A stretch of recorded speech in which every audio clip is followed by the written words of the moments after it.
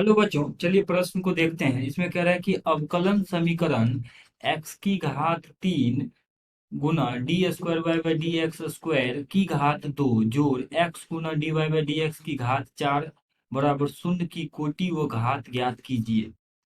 तो दिए गए प्रश्न के लिए अगर हम मुख्य अवधारणा की बात करें तो इस प्रश्न के लिए मुख्य अवधारणा ये हो जाएगा कि मान लीजिए कोई अवकलन समीकरण D square Y by D X square की घात 3 जोड़ D Y by D X जोड़ वाई की घात 5 बराबर शून्य है। ये एक अवकलन समीकरण है। तो इस अवकलन समीकरण की घात जो होता है वो यहाँ पे y को अधिकतम कितना बार मतलब अवकलित किया गया है, यानी जैसे D Y by D X mean से एक बार इसको अवकलित किया गया, D square Y by D X square यानी y को x के सापेक्ष दो बार अवकलित किया गया है। तो अधिकतम कितना बार अवकलित किया गया, तो D square Y by D X square है तो दो बारी, तो उसी को हम घात बोलते हैं, यानी दिए गए समीकरण अवकलन समीकरण का घात दो हो जाएगा। अगर हम कोटि की बात करें तो कोटि जो होता है अधिकतम घात का जो पावर होता है, जैसे अधिकतम घात D square Y by D X square और इसका पावर कितना 3 है, तो कोटि इसका 3 आ जाएगा।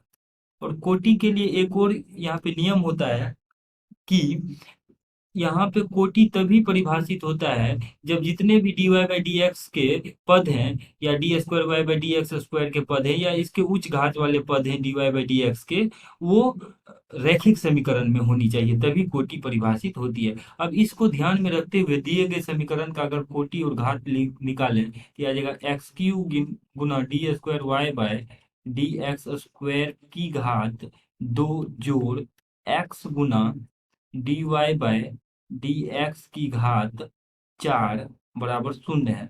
अब इसका देखिए घात कितना हो जाएगा, तो घात के लिए हम क्या करते हैं, अधिकतम यहाँ पे कितने बार y को x के सापेक्ष अवकलित किया गया, दो बार, क्योंकि D square Y by D X square है। अगर यहाँ पे D cube Y by D X cube का कोई पद रहता तो हम वहाँ पे उसको घात अधिकतम घात 3 लेते, यहाँ पे ऐसा नहीं है, तो इसका जो घात है दिए गए अवकलन समीकरण का घात वो दो है। और इस अधिकतम घात वाले पद का पावर कितना है, तो दो है, तो कोटि भी इसका दो ही हो जाएगा।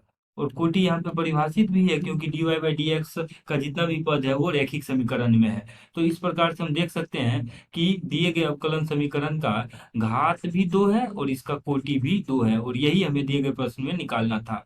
आशा करते हैं कि दिए गए प्रश्न का हल आपको समझ में आया होगा। धन्यवाद।